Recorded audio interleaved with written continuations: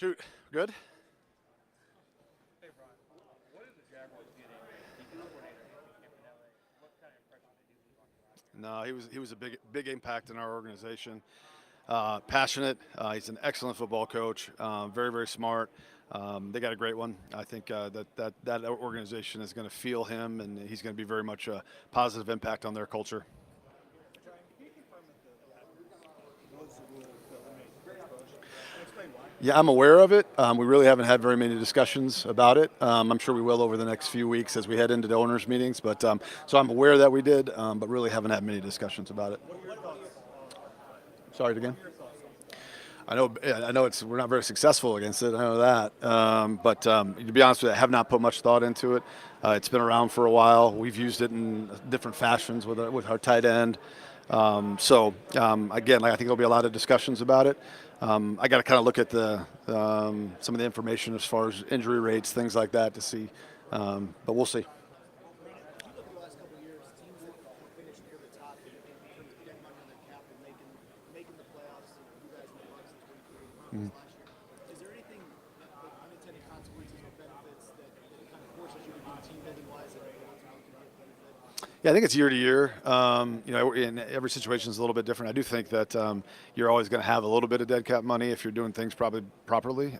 You don't want it, but at the same time, I think if you're trying to maximize your ability to win each and every year, you're going to probably have a little bit of that. So. How much does job security influence an office decision? I think we're fortunate in Green Bay where, our kind of ownership structure and the way we are, that's not something I've ever really focused on. We've had a lot of stability, from Ron Wolf to Ted Thompson and me now, and certainly with our coaching staffs as well. So, but I can't imagine that hasn't been a factor across the league. But, I know for our process and the way we go about team building, it's really never been a big factor. Brian, when you drafted Tyron, you had said that Missouri was a school you really trusted to develop talent, especially defensively. Kind of what about that program, the coaching staff, gives you that confidence? Yeah, Coach Drake, they do a great job there. Obviously, it's an SEC program. It's just they're playing against the best week in and week out. They just, again, I think they do a really good job there of maximizing their players' abilities and really showing us what we need to see. Brian, considering how the season ended this last season, how will that impact how the team adjusts to the offense? Yeah, I think we've done. We were talking a little bit about this earlier. We've always focused on versatility with our offensive linemen, whether it be because of injury or because we have players that leave. We feel really good about the flexibility of our guys to play multiple spots and try to get the best five on the field. So it's always impactful, but at the same time, I feel really good about our group right now. Brian, are there trends over the last 2 or 3 years that have affected how you look at personnel, how you put the team together, Yeah, I think there's always subtle changes.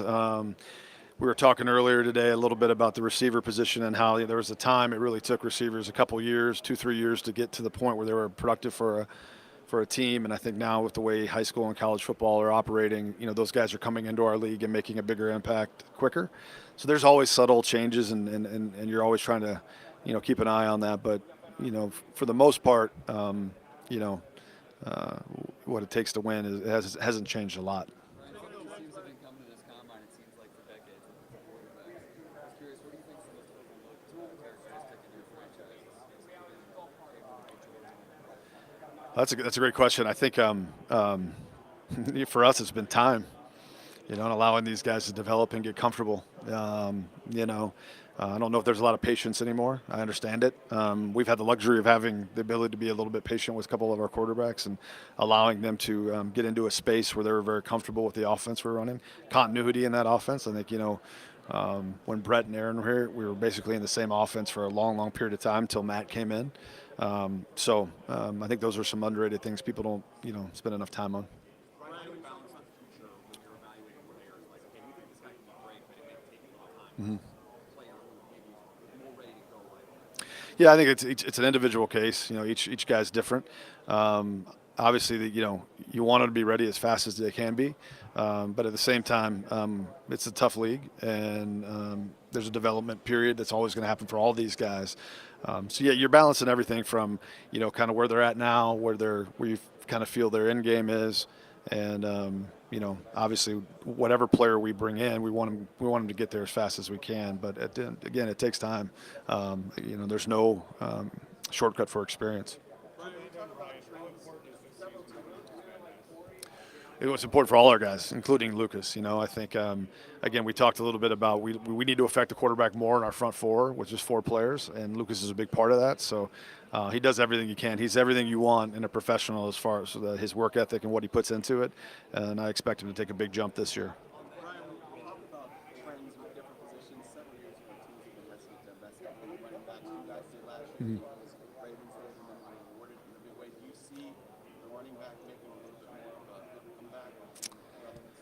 Yeah, the market's been interesting around running backs. I think over the past 10 years or so, it's always been an incredibly important position on the field. They touch the ball as much as or more than any other player you're going to have.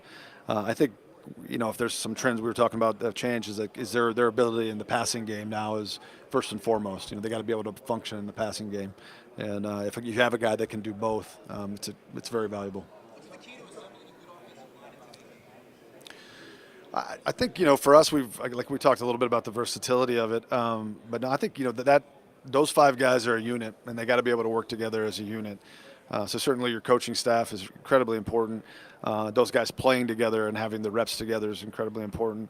But the communication and all that. But I think they just when we've had great offensive lines in the past, and our group now, I think it's kind of an unselfish group that communicates well, and again, I can't overstate how important the coaching aspect of that is as well.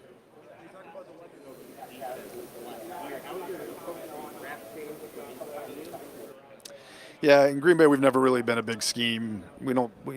Obviously, we know what our scheme is. We know the subtleties in that.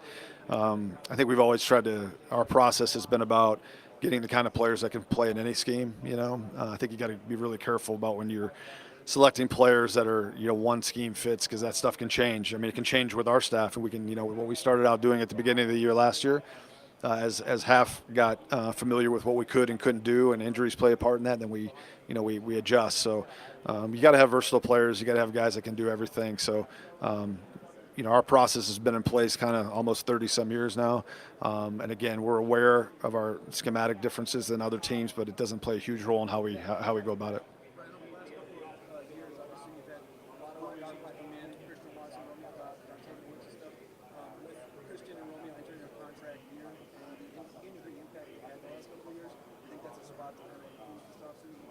Yeah, I think obviously Christian's going to miss some time probably at the beginning, more than likely. So we'll kind of see where that goes. But yeah, I think that's going to create opportunities for some guys we have on the roster now that I'm excited for. So we'll kind of see how that shakes out. But we got a long way to go. I mean, we got free agency, the draft, everything coming up.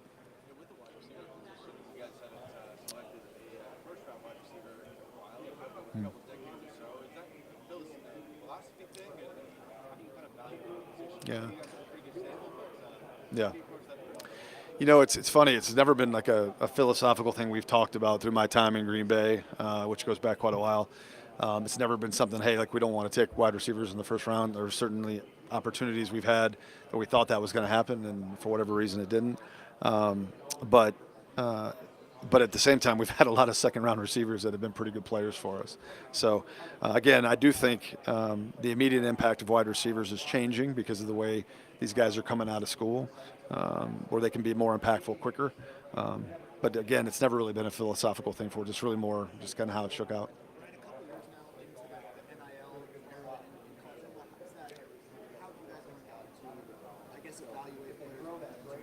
Yeah. Yeah, there's so many different ways. We spent a lot of time talking about this and how we attack it. Certainly within our college scouting staff, those guys their jobs have changed, where it used to be where you go into a school and they recruited them in the home. They were with them for 3 or 4 years. Now these guys are bouncing around to different schools. So there's a lot more collaboration with our scouting staff of how we get to know these players. And then I think this particular draft, if you look at the numbers of players that are 23, 24, 25 years old, it's just a lot more than we've had in the past. So I think a lot of that has to do with guys that would have come out in the last couple drafts, having the opportunity to go back, make money, and stay in. and now they're coming in. So I think we're seeing the effects of it. But it's a moving target right now with the landscape of college football. I give a lot of our staff a lot of credit for just being really kind of thinking outside the box on how we've attacked it. But it's a challenge.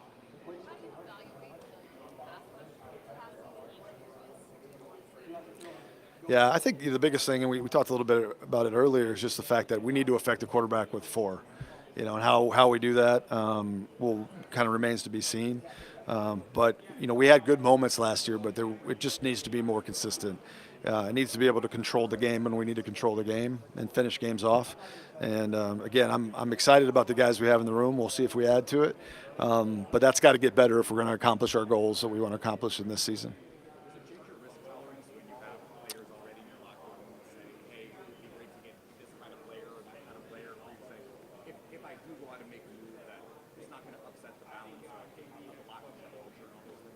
Yeah, really, what our players say in the media doesn't really affect our the way we're going to go about things. I have a lot of private conversations with our players, and that's very important to me. How they feel towards our locker room and our team is important to me. But what happened, it doesn't really move the needle for me. Throughout your time, it seems like there's kind of some consistent traits with all of your first-round draft picks. Is there any specific traits you look and value, especially in the first round compared to others? No, I think just really their ability to play the game. I think it's first and foremost what their tape DNA looks like. I think we've tried to make sure we put the right kind of people in our locker room. I think that's very important. To us, because we really do think that it's a tough game, it's a long season, and you got to have the right kind of people in there that are working towards a common goal. So, but yeah, there's no particular trait. Yeah, I think there was some really good football this year. A lot of good quarterback play. Really solid organizations, and I think it's going to be competitive for a while.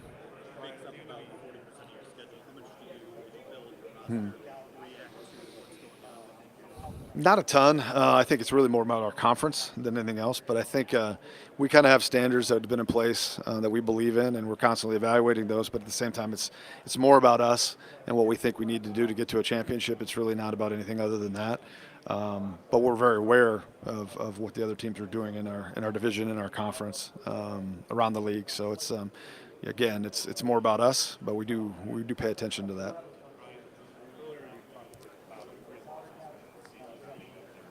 Right. It really seemed like the passing game was kind of hit and miss all year. The run game really good. Yeah. Have you seen anything taking a deep dive? Can you pinpoint what happened exactly to? Yeah. Yeah, I think, again, and things change so much, but I think the one thing, we were very explosive at times last year. We had a very explosive football team, and that's important to us. We want to stay that way. But I thought there were times when we needed to control the football game. We weren't able to control the football game, whether that was through the passing game, the run game. We just weren't able to control the football game. Again, very explosive, and I think we were a threat every time we were out there. But I think we got to get to a point in situational football where we can control football games, and that'll be important moving forward. You were 11-6 last year, but you went 0-6 against like the quote-unquote top teams, but all those games are close at the same time. So how do you view your spot in the pecking order? Well, that depends how you chop up the top teams, right, Bill? You kind of left a couple other ones out that we might have won. No, again, we've talked about this before.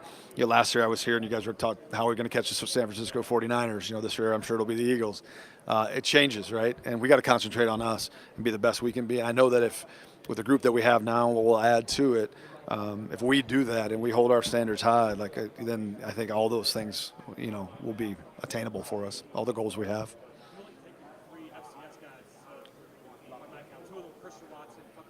Yep. What does a guy need to do with that level of competition to set himself apart? It's a great question. I think, certainly we evaluate it like anything else. But the one thing that those guys, they came out of pretty good FCS programs, right? Those guys were as good of programs as a lot of Division I programs. So that's one. So there's a little bit of a history there. I love it when those guys go compete in all-star games. It's very helpful to us because we get to see it in a little different light. But there's challenges when those guys come into our league that are a little different than maybe some of their counterparts.